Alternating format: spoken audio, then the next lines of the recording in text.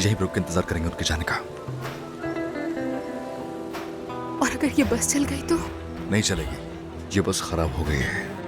उन्हें बात करते हुए सुना था मैंने, भी मैकेनिक के पास जाएंगी।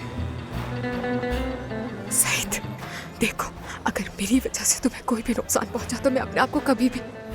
तो तुम्हें भागना नहीं चाहिए था फिर।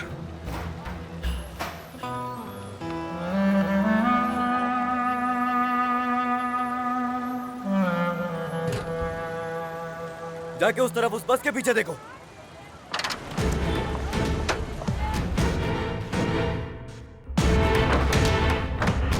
आखिर कहाँ गई वो लड़की? फुर्ती दिखाओ, ढूंढो उसे। ठीक है भाई। सईद, वो हमें तलाश कर लेंगे।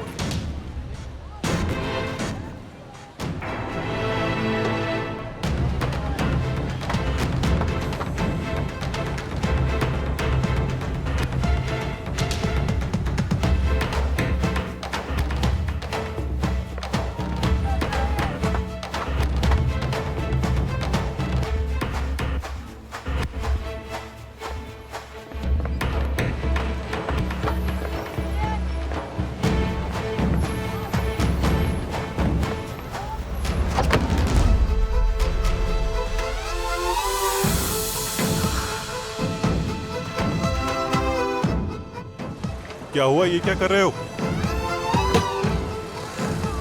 आखिर ये दरवाजा खुल क्यों नहीं रहा है? ये बस खराब है, हम इसे मैकेनिक के पास लेके जा रहे हैं।